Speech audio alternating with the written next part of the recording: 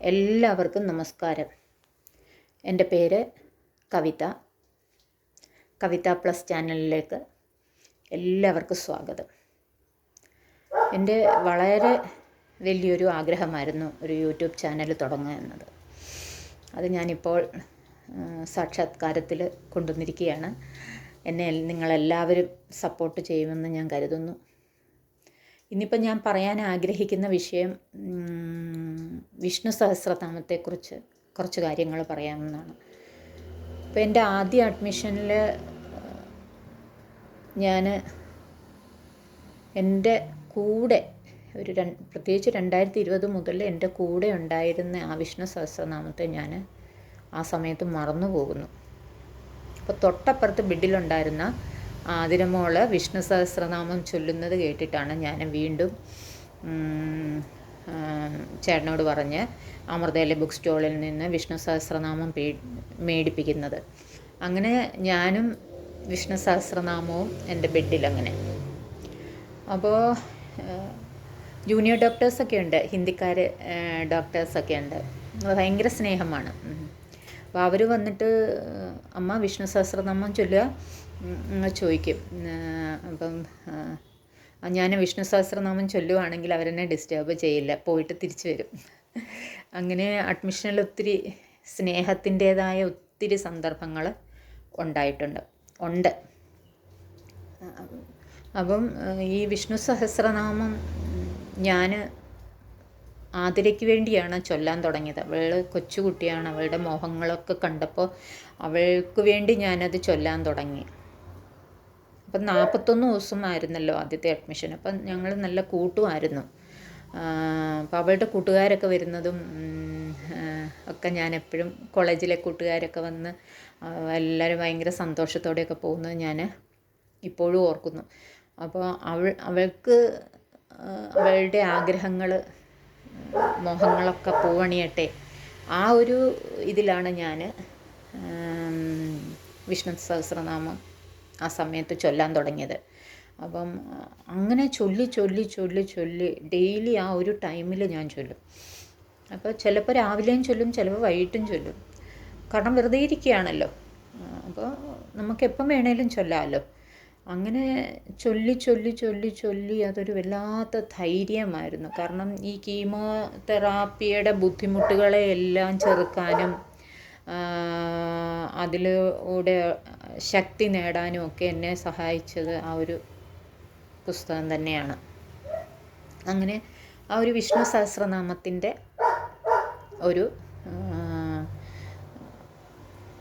വിഷ്ണു സഹസ്രനാമത്തെക്കുറിച്ച് ഞാൻ പറയാം. വ്യാസ മഹർഷി മഹാഭാരതത്തിൽ അനുശാസന പർവ്വത്തിൽ ആ അനുശാസന പർവ്വത്തിൽ ആണ് മഹാവിഷ്ണുവിൻ്റെ ഈ 1000 നാമങ്ങൾ, വിഷ്ണു സഹസ്രനാമം പ്രതിപാദിച്ചിരിക്കുന്നത്. കുരുക്ഷേത്ര യുദ്ധം കഴിഞ്ഞിട്ട് പാണ്ഡവരോട് ഭഗവാൻ കൃഷ്ണൻ പറയുന്നു, നിങ്ങളുടെ ജ്യേഷ്ഠനാണ് കർണൻ. ധർമ്മരാജാവായ യുധിഷ്ഠിരന് അത് വലിയ ആന്തരിക മനോവിഷമമായിരുന്നു, മനസ്സാകെ കലങ്ങി.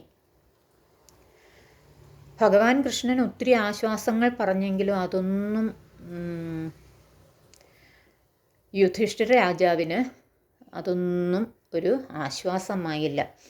അങ്ങനെ ഭഗവാൻ കൃഷ്ണന് ഈ പാണ്ഡവരെയും കൂട്ടി ഭീഷ്മ പിതാമഹൻ്റെ അടുത്ത് വരുന്നു. അപ്പോൾ ഭീഷ്മ പിതാമഹൻ ശരശയ്യയിലാണ്, കുരുക്ഷേത്ര യുദ്ധത്തിൽ ശരശയ്യയിൽ ഇടയ്ക്ക് വീണതാണ്. അപ്പോൾ ആ ശരശയ്യ തീർത്ത് അതിൽ മരണം കാത്തു കിടക്കുകയാണ്. അപ്പം ഭീഷ്മ പിതാമഹനോട് ഈ കാര്യങ്ങളൊക്കെ പറഞ്ഞു. എൻ്റെ ജ്യേഷ്ഠനാണല്ലോ കർണൻ, അപ്പോൾ ഞാനൊരു ധർമ്മരാജാവാണോ? ഞാൻ അറിയാതെ പാപം ചെയ്തില്ലേ? മൂത്തവനായിട്ടും, കർണന് മൂത്തവനാണ്, എന്നിട്ടും ഞാൻ രാജ്യം ഭരിക്കുന്നു. ആരാണ് പരമൻ? ഇങ്ങനെ കുറേ കാര്യങ്ങൾ ചോദിക്കുന്നു. ഞാൻ രാജ്യം ഭരിക്കാൻ യോഗ്യനാണോ? ഞാൻ ധർമ്മമാണോ ചെയ്തത്? ഞാൻ പാപിയല്ലേ? എനിക്കിതിൽ നിന്നൊക്കെ എങ്ങനെ മുക്തി കിട്ടും?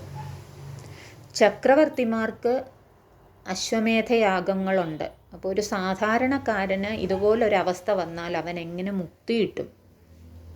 മനസ്സിന് എങ്ങനെ മുക്തി കിട്ടും? ഈ ഒരു ചോദ്യത്തിന് ഭീഷ്മ പിതാമഹൻ പറയുന്നത്, ഈ വിഷ്ണു സഹസ്രനാമമല്ലാതെ അതിനൊരു മാർഗമില്ല. അശ്വമേധ യാഗത്തിനെക്കാട്ടിലും ശ്രേഷ്ഠമാണ് വിഷ്ണു സഹസ്രനാമം. അശ്വമേധയാഗത്തിനെക്കാട്ടിലും ശ്രേഷ്ഠമാണ് ഈ വിഷ്ണു സഹസ്രനാമം എന്ന് യുധിഷ്ഠിര രാജാവിന് പിതാമഹന് പറഞ്ഞു കൊടുക്കുന്നു. അതുപോലെ ഭൂമാനന്ദ സ്വാമിജി പറയുന്നത് എപ്പോഴും ഞാൻ അദ്ദേഹത്തിൻ്റെ പ്രഭാഷണങ്ങളിൽ പറയുന്നത് ഞാൻ എപ്പോഴും കേൾക്കാറുണ്ട്. അൾസിമേഷ് പോലുള്ള അസുഖങ്ങൾ പോലും ഈ വിഷ്ണു സഹസ്രനാമം ചൊല്ലുന്നവർക്കുണ്ടാകില്ലെന്ന്. സ്വാമിജിയുടെ എല്ലാ പ്രഭാഷണങ്ങളിലും പറയുന്നത് മിക്ക പ്രഭാഷണങ്ങളിലും തത്വസമീക്ഷ സത്രങ്ങളിലും എല്ലാം അദ്ദേഹം പറയുന്നത് ഞാൻ കേട്ടിട്ടുണ്ട്. അപ്പോൾ അത്രയ്ക്ക് മഹത്തരമായ ആ വിഷ്ണു സഹസ്രനാമം എല്ലാവരും ചൊല്ലുക. ഏതെങ്കിലും സമയത്ത് മനസ്സിൻ്റെ ധൈര്യം കൈവിടുന്നു കിട്ടുന്നില്ല എന്ന് തോന്നുന്ന സന്ദർഭങ്ങളിലെല്ലാം നമുക്ക് മുറുക്ക പിടിക്കാവുന്ന ഒരു ഗ്രന്ഥമാണ് വിഷ്ണു സഹസ്രനാമം.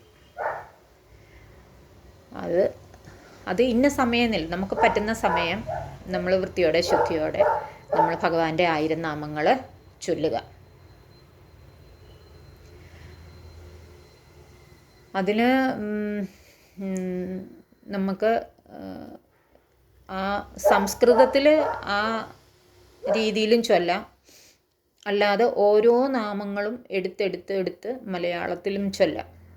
അങ്ങനെയും ചൊല്ലാം. സംസ്കൃതം അറിയത്തില്ല എന്നൊരു പ്രശ്നം അവിടെ വരുന്നില്ല. നമുക്ക് മലയാളത്തിലും അത് ഓരോ നാമമായിട്ട് എടുത്ത് ചൊല്ലാനും സാധിക്കും. 2 രീതിയിലും ഒരു പുസ്തകത്തിൽ കാണും. അപ്പോൾ എല്ലാവർക്കും നമസ്കാരം. ചാനൽ സബ്സ്ക്രൈബ് ചെയ്യുക, ഷെയർ ചെയ്യുക, ബെൽ ബട്ടൺ അമർത്തുക, തെറ്റുകളുണ്ടെങ്കിൽ തിരുത്തി തരിക, പ്രോത്സാഹിപ്പിക്കുക.